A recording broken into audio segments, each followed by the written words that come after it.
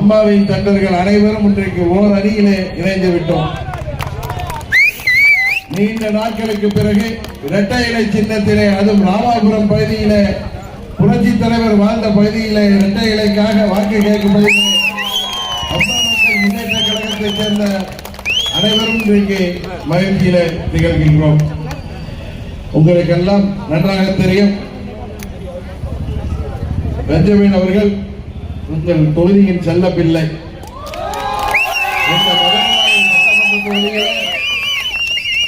இதே தெய்வம் அம்மா அவர்களின் வேட்பாளராக போட்டியிட்டு வெற்றி பெற்றவர். என்ன சொல்ல போனால் அம்மா அவர்களின் பேரன்பை பெற்றவர்,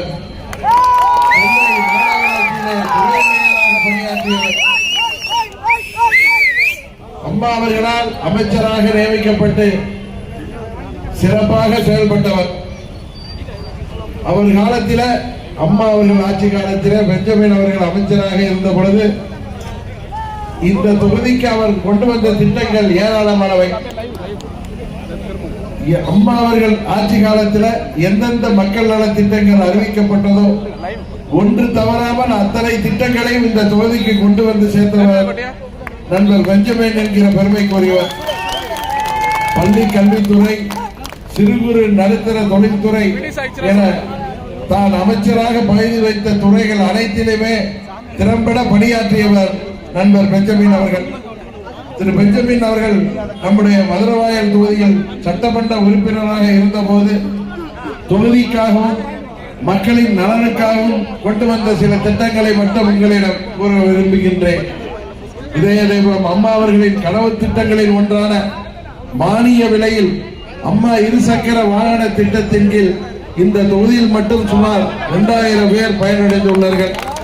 இலவச வீட்டுமனை பட்டா வழங்கும் திட்டத்தின் கீழ் 2500க்கும் அதிகமான குடும்பங்களுக்கு பட்டா வழங்கப்பட்டது. சுமார் 17,000 மாணவர்களுக்கு 84 கோடி ரூபாய் அளவிற்கு கல்வி உதவித்தொகை வழங்கப்பட்டது.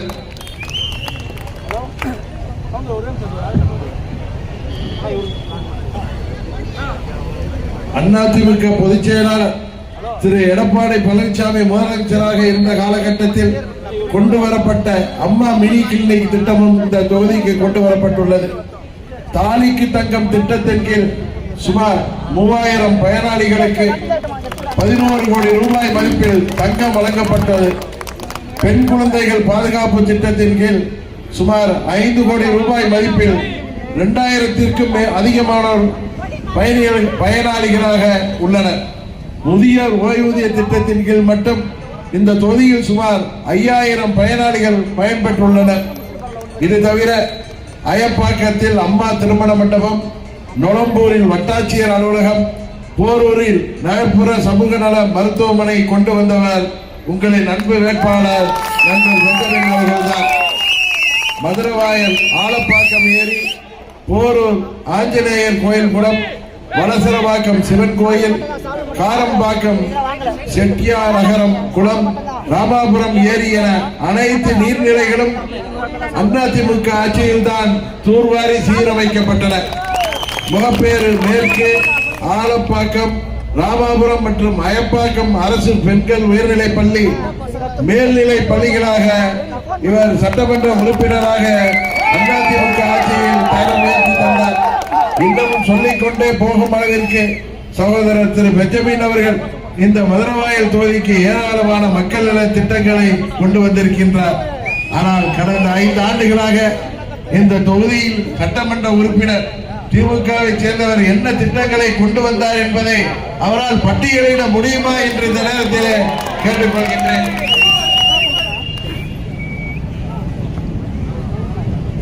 தொகுதி மக்களின் நலனையே கருத்தில் கொண்டு அனைத்து விதமான திட்டங்களையும் கொண்டு வந்த நண்பர் பெஞ்சமின் அவர்களை இந்த முறை பெருவாரியான வாக்குகள் வித்தியாசத்தில் வெற்றி செய்ய வேண்டியது உங்கள் ஒவ்வொருவரின் கடமை.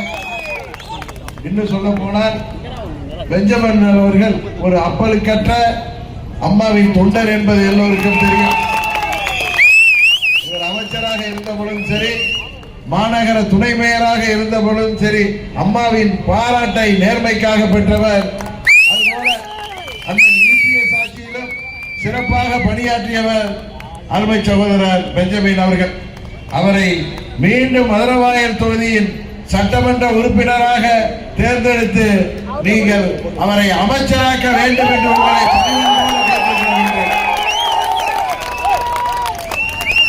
இன்றைக்கு தமிழ்நாட்டில் தீய சக்தி திமுக ஆட்சியில சொல்லுன்னா குடிமைகளை அனைத்து பகுதி மக்களும் அனுபவித்துக் கொண்டிருக்கிறோம். சட்டம் ஒழுங்கு சந்தி சிரித்து கிடைக்கிறது. சிறு பச்சிளம் குழந்தைகளிலிருந்து வயது முதிர்ந்த முதிய மூதாட்டி வரை இன்றைக்கு வீட்டிலும் சரி வெளியிலும் சரி பாதுகாப்பாக செல்ல முடியவில்லை. வீட்டிலும் பாதுகாப்பாக இருக்க முடியவில்லை. எங்கு பார்த்தாலும் கஞ்சா, எங்கு பார்த்தாலும் ஹெராயின் போன்ற போதைப் பொருட்கள் மாணவர்களையும் இளைஞர்களையும் குறிவைத்து விற்கப்படுகிறது. இன்றைக்கு வருங்கால இந்தியாவாகிய நமது மாணவ சமுதாயம் எங்கே சீர்கட்டு விடுமோ என்கிற அச்சத்தில பிள்ளையை பெற்றவர்கள் தாய்மார்களும் பெற்றோர்களும் மடியிலே நெருப்பை கட்டிக் கொண்டு அவர்களை பள்ளிக்கும் கல்லூரிக்கும் அனுப்புகின்ற சூழ்நிலை நிலவுகிறது. ஆனால் திரு ஸ்டாலின் அவர்களும் அவரது மகன் உதயநிதி ஸ்டாலினும் சொல்கிறார்கள், குடும்ப தலைவிகளுக்கு 1000 ரூபாய் கொடுத்து விட்டோம்.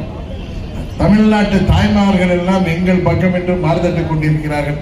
இன்றைக்கு தமிழ்நாட்டு தாய்மார்கள் படுகின்ற வேதனை அவர்களுக்கு தெரியவில்லை.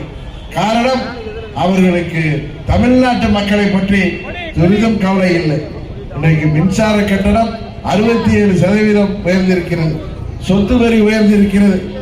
பால் பொருட்களின் விலை உயர்ந்திருக்கிறது. அனைத்து பொருட்களின் விலையும் இந்த காட்டாட்சியிலே உயர்ந்திருக்கிறது.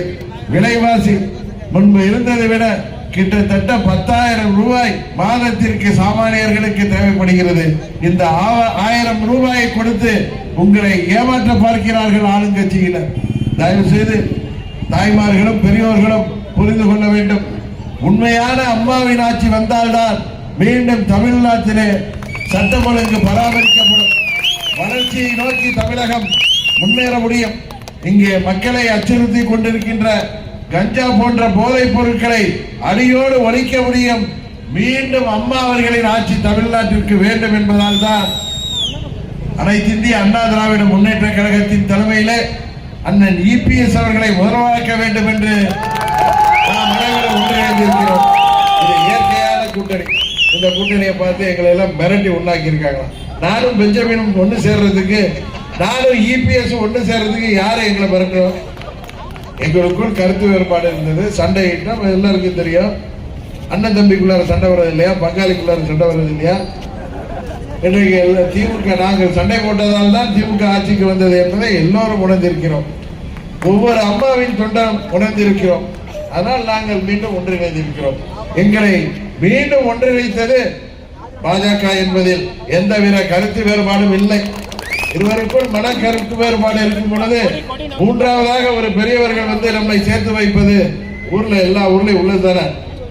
அண்ணன் தம்பி சண்டையோ இல்ல பங்காளி சண்டையோ மாமன் மச்சான் சண்டையோ இருக்கிறப்ப அவர்களே எப்படி சேர்ந்து கொள்ள முடியும்? அங்கு உள்ள மதிக்கத்தக்க பெரியவர்கள் வந்துதான் பேசி நீங்கள் எல்லாம் ஒற்றுமையாக இருந்தால்தான் குடும்பத்திற்கு நல்லது என்று சொல்லி நம்மை ஒற்றுமைப்படுத்துவார்களே. அதுபோல 21 முயற்சி செய்தார்கள். அன்றைக்கு நடக்காமல் போய்விட்டது. இன்றைக்கு 26 நாங்கள் ஒன்றுபட்டு விட்டோம். இது இயற்கையான கூட்டணி. இந்த கூட்டணி உறுதியாக தமிழ்நாட்டில் வெற்றி பெறும். தமிழ்நாடு முழுவதும் வெற்றி பெறுவோம். சென்னையிலிருந்து கன்னியாகுமரி வரை அம்மாவின் தொண்டர்கள் ஒன்றிணைந்து விட்டோம். காரணம், கடந்த 9 ஆண்டுகளில் நாங்கள் செல்கின்ற இடங்களில் எல்லாம் பொதுமக்கள் எங்களை பார்த்து அம்மாவின் தொண்டர்கள் எல்லாம் ஓர் அணியில் திரளுங்கள், ஒன்றாக சேருங்கள், அப்பொழுதுதான் ஆட்சி அமையும் என்று சொன்னார்கள். அது இன்றைக்கு நடந்திருக்கிறது.